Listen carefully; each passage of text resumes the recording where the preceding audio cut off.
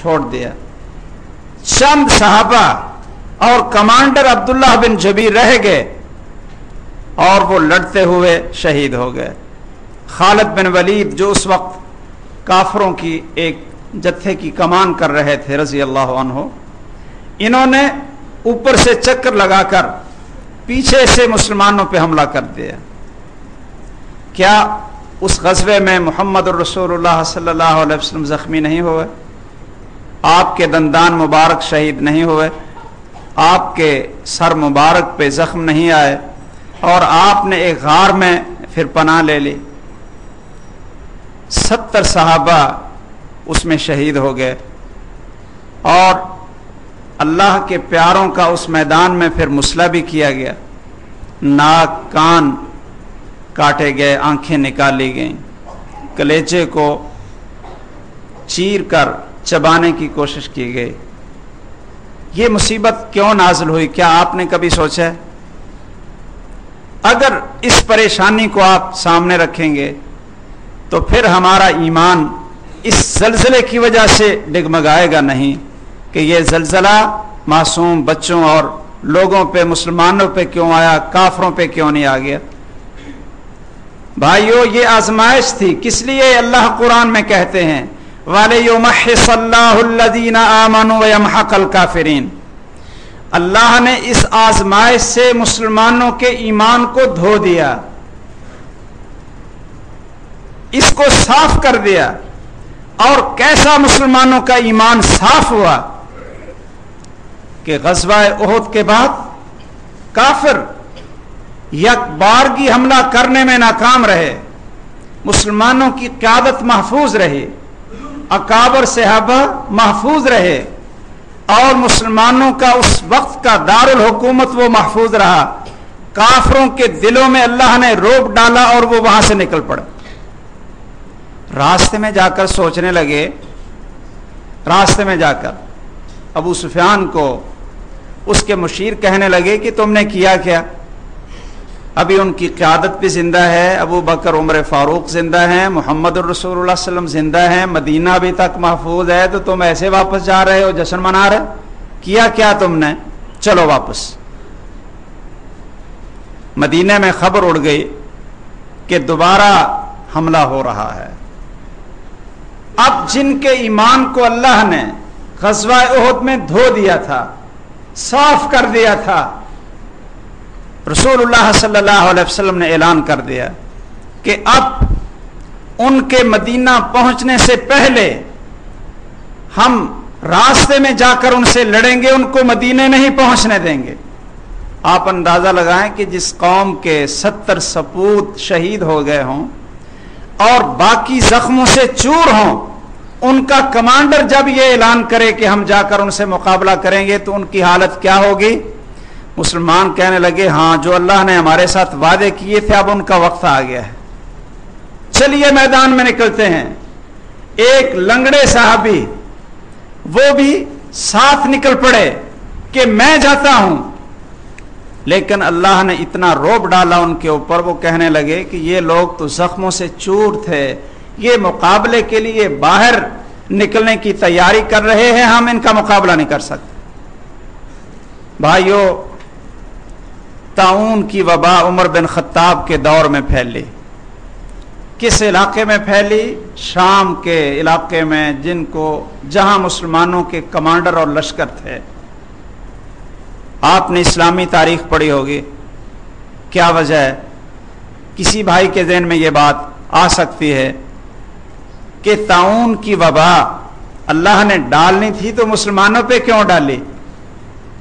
اور اگر آپ کو یاد ہو تو اس وبا کے اندر، طاعون کی اس بیماری میں 1000 نہیں، 2000 نہیں، 25,000 مجاہد جو اللہ کے راستے میں نکلے ہوئے تھے اور جنہوں نے بیت المقدس کو فتح کیا تھا وہ شہید ہو گئے.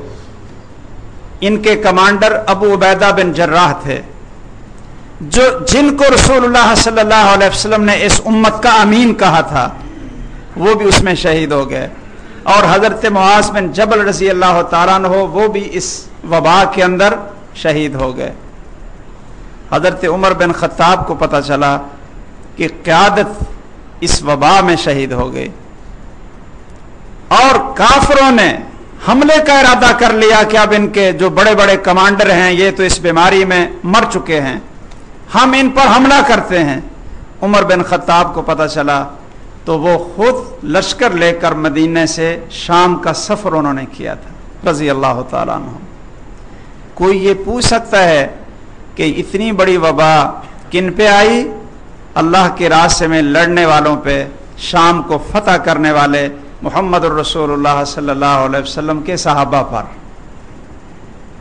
آئیے یہ بات آپ سمجھ چکے ہوں گے کہ اللہ مومن بندوں کو بھی آزما لیتے ہیں، اور یہ آزمائش کیوں آتی ہے بھائیو؟ اس لیے آتی ہے ان کے ایمان کو پرکھیں اور یہ صبر کریں تو اللہ حضر الجلال ان کو بہت بڑے درجات عطا فرمائیں گے۔ رسول اکرم صلی اللہ علیہ وسلم نے فرمایا کہ جو شخص کسی دیوار یا عمارت کے نیچے دب کر مر جائے، اللہ حضر الجلال اس کو قیامت کے دن شہیدوں میں اٹھائیں گے۔ یہ جتنے لوگ یہ شمالی علاقوں میں اور ان شہروں میں عمارتوں کے نیچے دب گئے اور مسلمان ہوں، ایمان والے جو تھے اللہ نے ان کے لیے شہادت لکھی ہے، وہ دنیا سے چلے گئے ہیں، لیکن اللہ نے اس زلزلے کی وجہ سے موت کا وقت اللہ نے لکھا ہے، میرا بھی لکھا ہے، آپ کا بھی لکھا ہے، ہر ایک کو آئے گی۔ لیکن طاعون کی وجہ سے جس کو موت آئے اور اوپر کسی چیز کے گرنے کی وجہ سے آئے، تو محمد رسول اللہ صلی اللہ علیہ وسلم نے فرمایا کہ قیامت کے دن شہداء بھی آئیں گے، کہیں گے یا اللہ ان کے زخموں سے ابھی تازہ خون رس رہا ہے، یہ ہمارے ساتھی ہیں۔ اور بستروں پہ مرنے والے بھی آئیں گے، کہیں گے اے اللہ یہ تو گھروں میں بیٹھے ہوئے مرے ہیں، یہ ہمارے ساتھی ہیں۔ دونوں میں جھگڑا ہوگا، اللہ حضر جلال فرمائیں گے کہ ان کے زخموں کو دیکھ لو، قیامت کے دن دیوار کے نیچے طاعون کی وجہ سے مرنے والوں کے زخموں میں اس طرح خون بہ رہا ہوگا جیسے بالکل تازہ شہیدوں کا خون ہوتا ہے۔ اللہ فرمائیں گے دیکھ لو یہ تو تازہ خون بہ رہا ہے، اس لیے یہ شہیدوں کے بھائی ہیں، اللہ کے راستے میں لڑنے والوں کے ساتھی ہیں۔ تو بھائیوں، جانے والے اپنے وقت پہ گئے ہیں، جو وقت اللہ نے لکھا تھا، لیکن مسلمانوں کے لیے یہ شہادت کی موت ہے، ان کے لیے یہ ایک اعزاز ہے، اور اللہ نے اس موت کو ان کے لیے رحمت بنایا کہ ان کو شہادت کی موت قرار دی، اور قیامت کے دن یہ لوگ شہادت کی موت شہیدوں کے ساتھ ہوں گے۔ اور ہمارے لیے اللہ نے اس کو آزمائش بنا دیا۔ دیکھیں اس کی تکلیف ان کو نہیں جو دنیا سے چلے گئے، وہ تو فوت ہو گئے ہیں، مٹی کے نیچے ابھی تک لاشیں دبی ہوئی ہیں، پتہ نہیں کب وہ نکلیں۔ وہ لوگ تو اس دنیا کی مصیبتوں سے راحت میں چلے گئے ہیں، لیکن ساری کی ساری یہ آزمائش اور ابتلا کن کو ہے؟ جو اپنی آنکھوں سے لاشیں دیکھ رہے ہیں، لاشوں کو نکال رہے، بھوکے اور پیاسے اپنے بھائیوں کو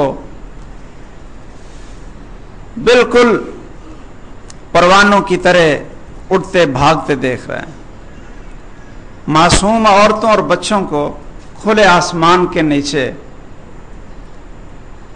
چیتوں اور درندوں کا شکار بنا ہوا اپنی آنکھوں سے دیکھ رہے ہیں۔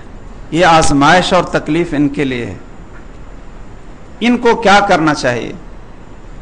صرف یہ تجزیہ ہی نہیں کہ یہ نیچے سے لاوا نکلا، لاوا ادھر سے نکل سکتا تھا بھائیوں، ہمارے شہروں سے بھی نکل سکتا تھا اور اب بھی نکل سکتا ہے۔ ہم کوئی ان سے زیادہ نیک نہیں ہیں، ہم کوئی ان سے زیادہ بہتر نہیں ہیں۔